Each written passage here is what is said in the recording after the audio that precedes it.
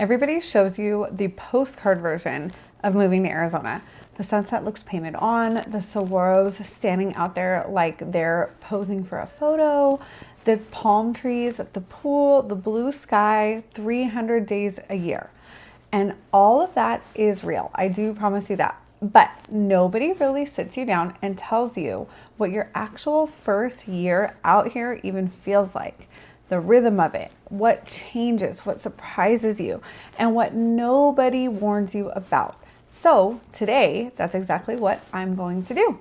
I'm going to give you the honest version. I'm Meagan Estees, your easy home girl. I help people find lifestyle ranch and acreage homes all across southern Arizona. And a huge number of those people are coming from California or the Pacific Northwest. So I have had this exact conversation hundreds of times with people who just landed here and with people who are still sitting at their kitchen table daydreaming about whether or not they want to come. So whether you've already made the move or you're still in the dreaming stage, I want to walk you through what newcomers actually experience that first year here. The beautiful parts and the parts that take some adjusting. Now, let's get into it. Let's start with the thing that absolutely everybody asks, the heat. And I'm not going to sugarcoat it because you deserve the truth. The summer here is hot. It's very hot. From about June through September, the middle of the day is something you plan around, not push through. There are stretches where it's 105, 108, and the afternoon sun means business. So here's the honest part nobody tells you. You don't fight it. You adjust to it. And you adjust faster than you'd ever expect. Within a few weeks, you just become a morning person, whether you signed up for that or not. You do your walks, your errands, your time with the horses, all of it in the gorgeous early light when the desert is cool and quiet. And then you let the hottest part of the afternoon belong to the sun. You're inside or by the water or running errands where it's air conditioned. By your second summer, you don't even think about it. It's just how life works here. And I'll tell you, a dry 100 degrees is a very different animal than a humid 85 back where a lot of my buyers are coming from. You're not peeling your shirt off your back. You step into the shade and you actually cool down. Now, right about the time you think you've got the desert figured out, the monsoon shows up, usually starting in early July. And I need you to hear me on this one because this is one of the most beautiful things you will ever experience here. The whole sky just changes. You get these towering, dramatic clouds building up over the mountains in the afternoon. The light goes gold and purple. And then the rain comes and the smell. There is a smell when the desert rain hits the creosote bushes that people out here genuinely live for. It's earthy and sweet, and it means the whole world is about to turn green here because that's the magic part. After the monsoons, the desert that looked brown and sleepy explodes into green almost overnight. The washes run, the wildflowers come, everything wakes up. Newcomers fall completely in love with monsoon season, and I'm telling you that you will too. Now, the honest side. These are real storms. You'll get dust storms, something that we call haboobs, which are big walls of dust that just roll in and cover everything. You'll get hard, fast rain, so you learn a few desert rules really quickly. You respect the washes, those low spots where water runs, and you never, ever, ever, ever, ever drive through one when it's flowing with water. There's a saying here, turn around, don't drown, and we absolutely mean it. Once you learn the rhythm, monsoon season becomes the part of the year you look forward to the most. At least I do. Let's talk about the thing that honestly changes people the most, and it's not the weather at all. It's the space. If you're coming from a packed metro, from traffic and noise and houses stacked 6 feet apart, that first year out here, something physical happens to you. Your shoulders drop. Your breathing slows down and you walk outside at night and you can actually see the stars again. The Milky Way on a clear night is right there. You can hear quiet, real quiet. For so many of my buyers, that's the exact moment it clicks. They're standing on their land or their porch, looking out at the mountains with nothing but open desert in front of them, and they go, this is why I did this. And it's not just a feeling, it's a different way of living.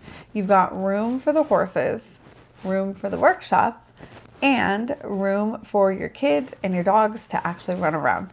Room to breathe. People come here chasing a number on a listing and they end up staying for the space. That's the part you can't really put a price on. And it's the part no postcard ever captures. Now, let me be a real friend and talk about the practical stuff. These are the adjustments nobody puts into the brochure. First, the dry air. That is a very real thing here. Your skin will need a minute. Your houseplants from back home might throw a fit. You'll go through more lip balm and lotion than you ever have in your life, and you will absolutely drink more water than what you used to. Keep a water bottle with you always. Second, the dust. The desert is dusty. You'll dust your house more often, and if you're on a dirt road or out on acreage, that's just part of the deal. Third are the critters. You're now sharing the desert. You'll see lizards, which are wonderful and eat the bugs. You might see a scorpion now, and then the occasional snake out on the trail in the warm months. None of it is scary once you understand it.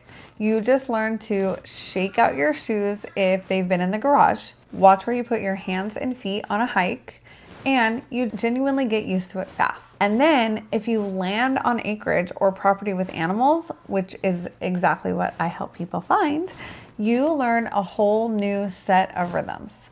You learn about your well, about your well storage, about your shade structures for your horses, and you learn about how to take care of the land in a desert climate. There's a learning curve, no question, but it's a really good one. It's the kind of learning that makes you feel more connected to where you live, not less. And the best part, you don't have to figure any of it out alone. That's literally what I'm here for. Now, let's talk money for a second because this surprises people in the best way. For a lot of my buyers coming from California or the Pacific Northwest, the cost of living here feels like someone gave them a real raise. Your housing dollar stretches dramatically further. The land, the acreage, the square footage you get out here for what a small lot would cost you back home, it genuinely shocks people. Gas, groceries, dining out, all of it tends to land easier on the budget. And Arizona is generally pretty friendly when it comes to property taxes compared to a lot of the places people are leaving. Now, I'm not going to pretend nothing costs money. You'll run your air conditioning hard in the summer, so plan for that. And if you're on acreage with a well and animals, there is upkeep that comes with that lifestyle. But on the whole, that first year is when most people realize their money simply goes further here, and that life they couldn't quite afford somewhere else is suddenly very much within reach. And here's the part I really want you to hear, because it's the part people worry about the most before they actually move. Will I make friends? Will I belong? And the answer out here is yes, faster than you'd expect. Southern Arizona is full of transplants. Almost everyone you meet here came from somewhere else, which means nobody is an outsider for too long. There's no clique you can't break into because half the neighborhood just got here too. You'll find your people through the things you love. If you've got horses, the horse community out here is tight and welcoming and always happy to point you to the right vet, the right farrier, the right trail. You'll find your coffee spot, your favorite Mexican place, your Saturday farmers market, your neighbors who wave. The first year is when you stop feeling like a visitor and start feeling like a real local. It sneaks up on you. One day you're giving someone else directions, recommending your favorite hike, and then you realize, oh, I live here now. This is home. So let me bring it home for you. In the first year, it's an adjustment. Absolutely. The heat, the dry air, learning the land, finding your footing, all of it is real. I'm never going to tell you that it's effortless, but here's the truth after helping so many families make the exact move. Almost nobody regrets it. By the time that second monsoon season rolls around and you catch the first smell of rain on the creosote, something has completely shifted. This place has stopped being where you moved and it's started being home. The space, the light, the pace, the people, it gets into you. And you wonder why you waited as long as you did to come here. So if you're sitting there thinking about making this move and you want my honest, no pressure rundown for your specific situation, where to land, what areas fit your lifestyle, what's the first year really going to look like for you, I would love to help. Just text the words CA Move to 520-980-9880 and I'll send you everything I'd tell a friend who was thinking about moving out here too. It's no pressure, it's not a sales pitch, just real answers. And if this helped you, do me a favor and subscribe because I put out videos like this every single week to help you make the move with your eyes wide open. I'm Meagan Estees, your easy home girl, and I'll see you out there.